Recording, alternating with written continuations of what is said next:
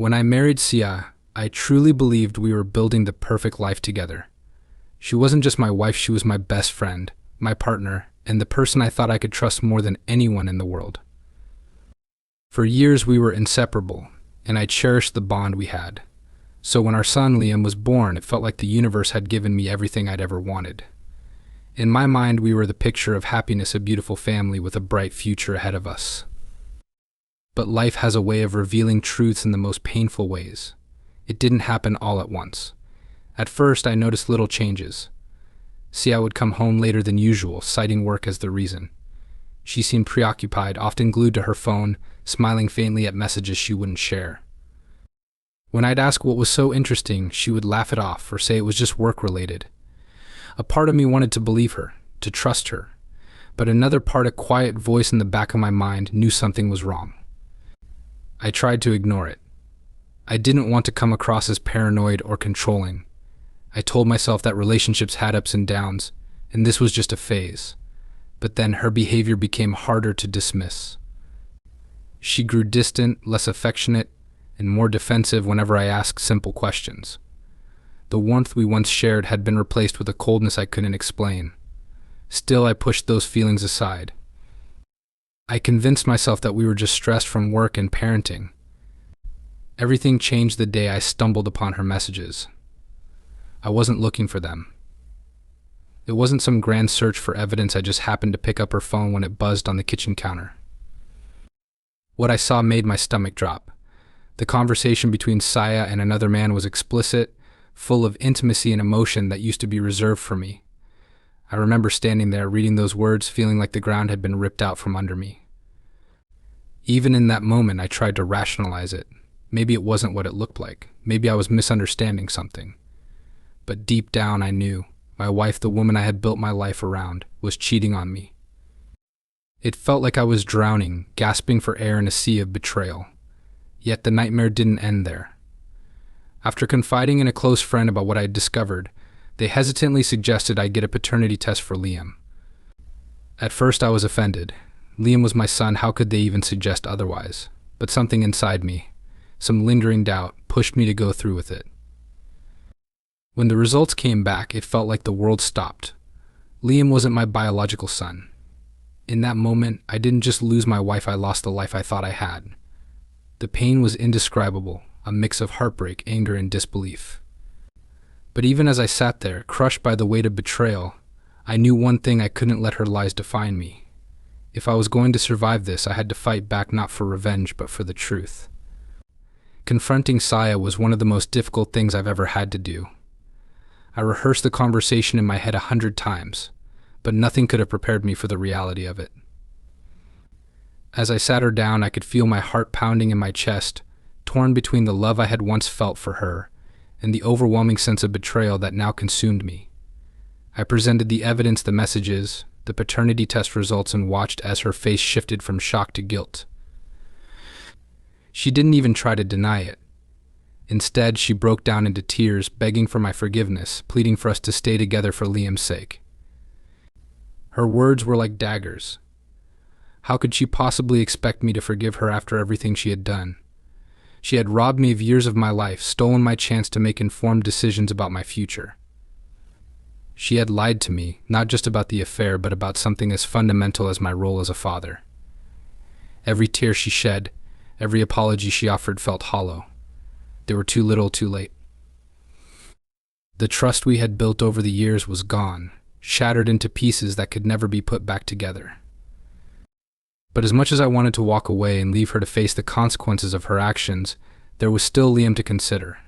He may not have been my biological son, but I had been there for every milestone in his life: his first steps, his first words, his first day of school. I had loved him unconditionally, and that love didn't vanish just because of a DNA test. He was innocent in all of this, caught in the middle of a situation he didn't ask for. I couldn't abandon him, even if staying in his life meant facing the painful reminders of Si's betrayal every single day.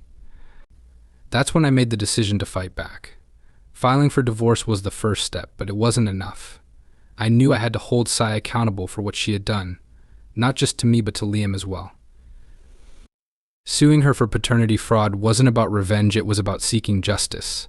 It was about reclaiming my dignity and ensuring that the truth was recognized.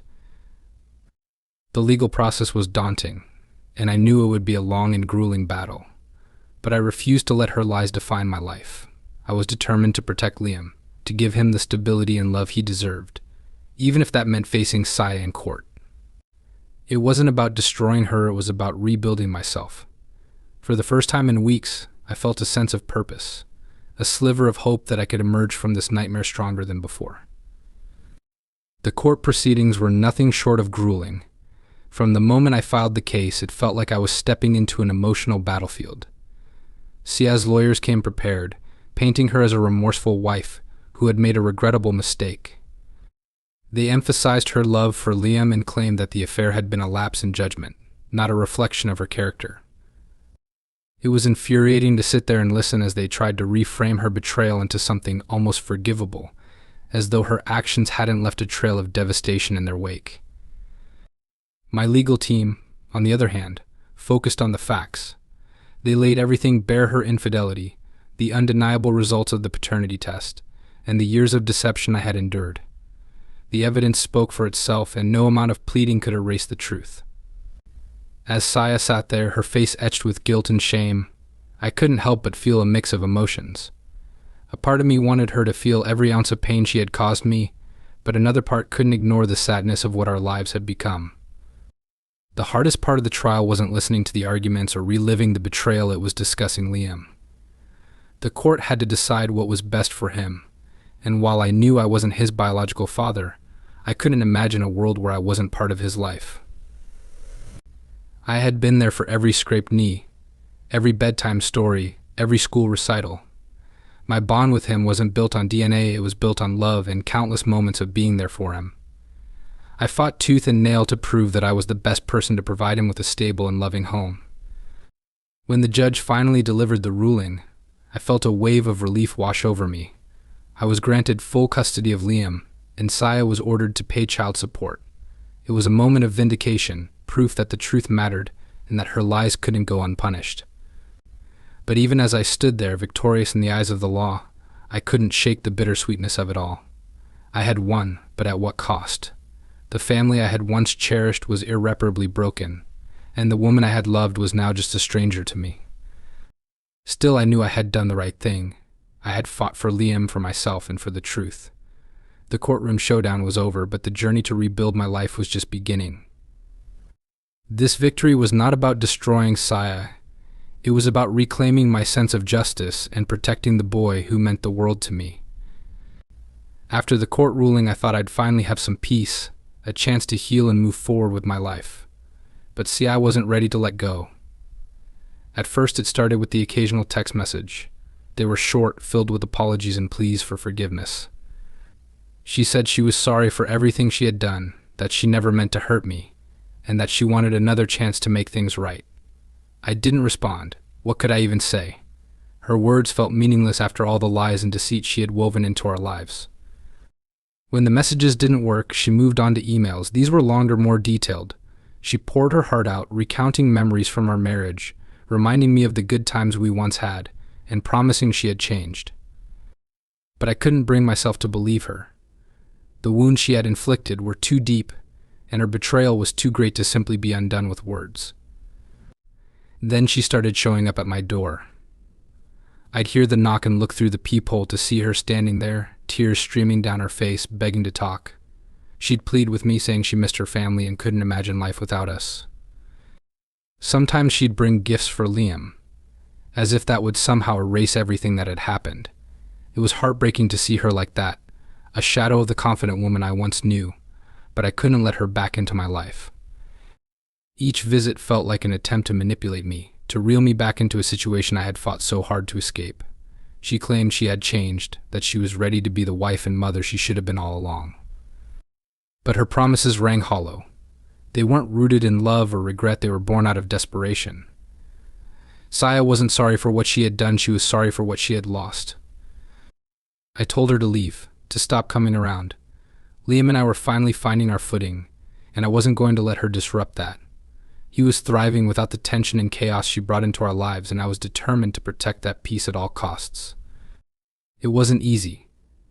Some days the sight of her crying on my doorstep tugged at my heartstrings, but I reminded myself of the pain she had caused, the trust she had destroyed, and the lies she had told. I wanted me to forgive and forget, to pretend as if her betrayal had never happened. But I couldn't. Her actions had changed everything, and there was no going back to the way things were. I wasn't the same man anymore, and she wasn't the woman I had once loved. Letting her back in would only reopen old wounds, and I wasn't willing to risk that for myself or for Liam. Revenge didn't come in the way most people would expect. It wasn't about plotting or trying to make Saya suffer. My revenge came in the form of rebuilding my life and finding happiness without her. It was about proving to myself that I could rise above the pain and betrayal, and that I could give Liam the stability and love he deserved despite everything. For me, the sweetest revenge was living well and refusing to let her actions define my future.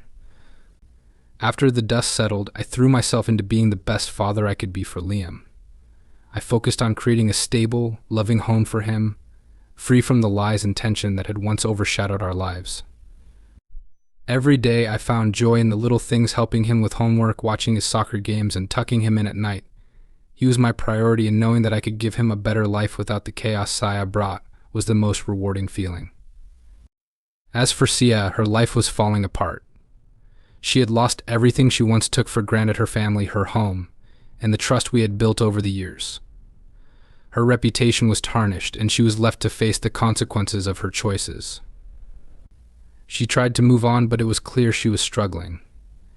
Occasionally, I'd hear through mutual friends about how difficult things had become for her. She was alone, grappling with the reality of what she had done. And while part of me felt a twinge of sympathy, I couldn't forget the pain she had caused me or the betrayal that had turned my life upside down. I didn't need to see her suffer to feel vindicated. Watching Liam thrive in the life we were building together was enough. He was happy, secure, and loved, and that was all that mattered to me. My focus was on the future, on giving him the kind of life I had always dreamed of providing. The memories of Sia's betrayal still lingered, but they no longer had the power to control me. She continued to reach out from time to time, sending messages or trying to reconnect, but I had nothing more to say to her. I had made my peace. Forgiveness wasn't something I owed her, and reconciliation was out of the question. My closure came from moving on, from creating a life that wasn't defined by her lies. The ultimate revenge wasn't about getting even, it was about thriving in her absence. My happiness, my freedom, and my ability to build a better future with Liam were proof that I had won in the end. Sia's betrayal had once been a devastating chapter in my life, but now it was just a lesson, a painful reminder of the strength I had found in myself.